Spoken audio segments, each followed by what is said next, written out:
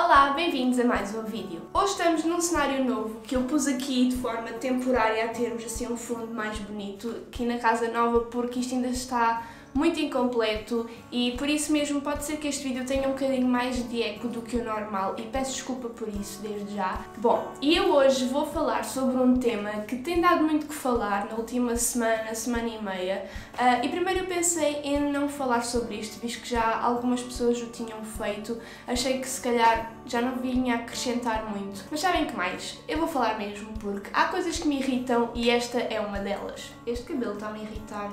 Franja, cresce, por favor. Para quem não está a par, a SIC no outro dia fez uma reportagem com o título Fenómeno Youtuber. E eu não vi em direto, vi depois no YouTube. É engraçado, não é? E é incrível e até chega a dar um bocadinho de pena ver o quanto a televisão está aflita por audiências ao ponto de ter de fazer este tipo de reportagens, a denegrir ou alertar, não é alertar a palavra certa, mas a deixar os pais com um bocado de receio, a deixar os filhos seguir certos canais de YouTube ou o YouTube em geral. Primeiro de tudo, eu achei extremamente conveniente serem entrevistados, acho que 4 pais e 3 professores e psicólogos, e todos eles estavam assim em cenários muito bem cuidados, calminhos, como que está assim atrás de mim, estão a ver, do género. E depois os únicos 2 youtubers que foram entrevistados, que foi o Nuno Agonia e o Ant, estavam no meio de um meet cheio de barulho, provavelmente foram apanhados de surpresa sem saber para o que é que estavam a ser entrevistados, com um monte de gente atrás num cenário informal, só mesmo para dar aquele ar desleixado, sabem? Bem jogado, SIC, só que não. Mas, passando esta parte à frente, começa a enxurrada de argumentos tendenciosos, falaciosos, generalistas e ridículos só. Primeiro que tudo, eu acho sempre muito engraçado, sempre que se fala do YouTube e sempre que a televisão decide fazer uma reportagem ou entrevistas sobre este assunto, entrevistarem e falarem sempre dos mesmos 5 ou 6 youtubers que sim, apesar de serem os maiores em Portugal, não são os únicos. O YouTube não são só eles, toda a gente sabe de quem eu falo, do Ant, do Window, toda a gente da casa, mais a C3PO, a Ana, o Nuno Agonia, whatever, esses todos, e atenção que eu não vejo problema absolutamente nenhum com nenhum destes canais, são entretenimento puro e ao contrário do que a maior parte das pessoas pensa ou gosta de dizer, o entretenimento não tem de ser obrigatoriamente educativo. Há dias em que só nos apetece ver coisas leves para rir, ver pessoas a saltar para dentro da piscina, a comer chocolate, whatever, há dias assim. Se é o meu conteúdo favorito, não, mas às vezes apetece-me, tal como aos putos, e não vejo problema nenhum em que os miúdos vejam esse tipo de conteúdos. Que sejamos sinceros, por muito parvo que as pessoas possam achar, não desencaminha ninguém, não estão a ensinar coisas erradas, na minha opinião. Mas eles dizem palavrões e depois os nossos filhos aprendem a dizer também. É assim, eu tenho quase 23 anos e quando eu tinha 9, 10, 11, 12 anos não havia youtubers e tudo o que eu ouvia à minha volta na escola eram palavrões. Diz-se palavrões desde sempre. As crianças aprendem a dizer palavrões, os adolescentes dizem palavrões, até os nossos pais dizem palavrões, portanto não me venham com porcarias, para não dizer um palavrão.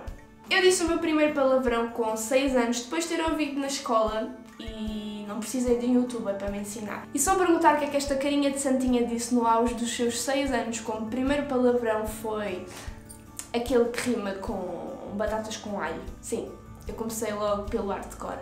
Mas depois entramos naquela parte que nem os mídias tradicionais, nem os pais gostam muito de ouvir, que é, mesmo que os youtubers fossem a pior das influências que existisse, mesmo que os conteúdos deles não fossem próprios para crianças e que eles só ensinassem coisas erradas, é responsabilidade dos pais controlar o que os filhos veem. E esta? A maior parte dos pais, inclusive aqueles que foram entrevistados na reportagem, os filhos diziam os nomes dos youtubers que gostavam e que seguiam e eles nem sequer faziam a ideia do que é que eles estavam a falar ou do tipo de conteúdos que eles produziam. Portanto, a minha pergunta é, o que é que eles estão a fazer? Não é função deles controlar o que os filhos veem ou não que possa ser errado ou certo? Digo eu. Porque se um puto com dinheiro na algibeira for para a FNAC, também há lá o corredor dos filmes de terror ou de filmes e séries com conteúdos sexuais e ele pode muito bem comprar isso e não é por isso que se anda a fazer propaganda solo.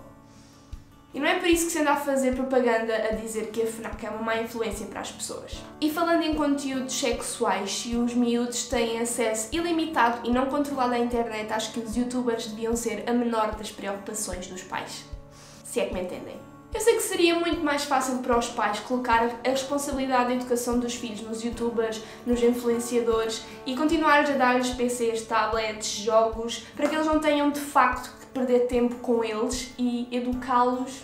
Estão a ver? Mas as coisas não funcionam bem assim, ou pelo menos não deveriam. Quantas vezes é que eu não vi em restaurantes ou cafés putos a berrarem e a fazerem birra e os pais, em vez de imporem respeito, de falarem com eles ou de lhes darem umas belas palmadas no rabo, não, toma o tablet, vê o que quiseres, cala-te porque eu não tenho paciência para ti. Se são os youtubers que estão a educar ou a deseducar os vossos filhos, então lamento, mas é porque vocês não estão a fazer o vosso trabalho. Se não querem que os vossos filhos vejam certos e determinados conteúdos no YouTube, imponham limites, estejam atentos e não os deixem ver. E esta? Sentem-se com eles, vejam que canais é que eles seguem, vejam o histórico de navegação. Minha mãe sempre fez isso comigo para ter a certeza de que eu estava segura e eu ainda cá estou, viva, contente e segura. E acho que não sou nenhuma psicopata nem mal educada. Mas mesmo assim eles podem ver essas coisas às escondidas. Pois podem, como sempre se fez. As crianças sempre fizeram coisas à revelia dos pais, desde sempre. Desde o início da história do ser humano. Se não querem que eles estejam no computador até às tantas da manhã, não ponham o computador no quarto deles. Ou não lhes deem o telefone com acesso à internet. Sei lá, há várias formas de controlar a situação. E agora passando à frente toda esta parte da educação e o papel dos pais e etc. Vamos lá pensar um bocadinho o porquê das novas gerações gostarem cada vez mais de verem vídeos no YouTube e cada vez menos de verem programas na televisão. E para isso acho que é importante fazer um resumo do que dá na televisão. Novelas, telejornais, reality shows, concursos de talentos, os programas da tarde e os mesmos filmes vezes e vezes e vezes sem conta. E é sempre isto.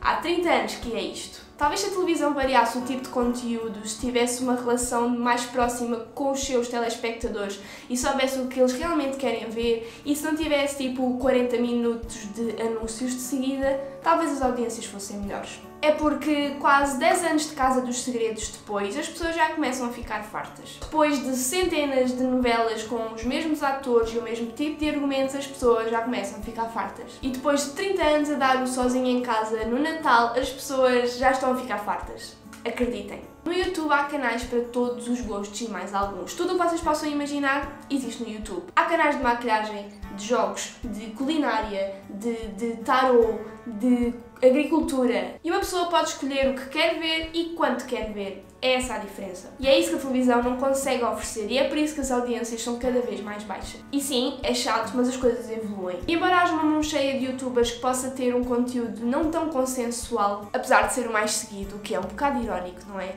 Há muitos mais canais no YouTube sobre os mais diversos temas e vocês só têm que escolher e estão tão preocupados com as crianças, estejam atentos porque, na minha opinião, uma pessoa seguir o Ant ou o Cásio não é tão grave como uma criança seguir a Casa dos Segredos, em que não se diz nada de jeito, as pessoas têm tipo relações sexuais para câmaras, embora debaixo de mantas, mas pronto, vocês percebem.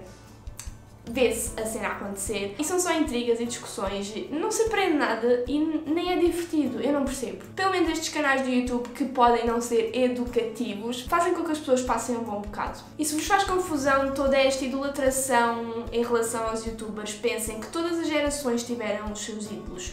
Cantores, atores, desportistas, whatever. Simplesmente os youtubers agora passaram a fazer parte da equação porque passaram a fazer parte da vida das pessoas. É tudo relativo, percebem? Depende muito do conteúdo que fazem, da forma como transmitem. E há canais fantásticos, canais mais pequenos, canais menos mainstream, mais pequeninos, tipo o meu.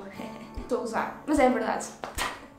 Há canais super artísticos que vos fazem realmente pensar, canais de poesia, tipo, há tudo, há tudo. Só tem que escolher. E se acham uma coisa má, não vejam essa coisa, vejam outra, ok? E depois também existe uma desvalorização muito grande em relação ao trabalho que os youtubers têm, porque a maior parte das pessoas pensa que é só ter uma ideia, ligar a câmara e falar, e não é de todo isso. Eu nunca fui preconceituosa a esse ponto, mas só desde que eu tenho um canal é que eu percebo realmente o trabalho que isto dá, e é muito. Passa desde o momento em que se tem que ter ideias, porque se uma pessoa posta vídeos regularmente, chega uma altura em que as ideias se esgotam e é muito difícil. Depois depende do canal, mas há canais em que é preciso escrever guiões, preparar guiões, montar as câmaras, gravar e às vezes ter que repetir, ter atenção à qualidade do som, à qualidade de luz, à qualidade do cenário e depois editar, que demora horas e horas e as pessoas nem têm a noção disso. Portanto, isto é um trabalho, há pessoas a viver disto, felizmente. É um trabalho como outro qualquer, portanto, só por ser novo, não desvalorizem. Desde sempre que foram existindo novas profissões, profissões antigas foram deixando de existir, faz parte da evolução do ser humano e da sociedade. E pronto,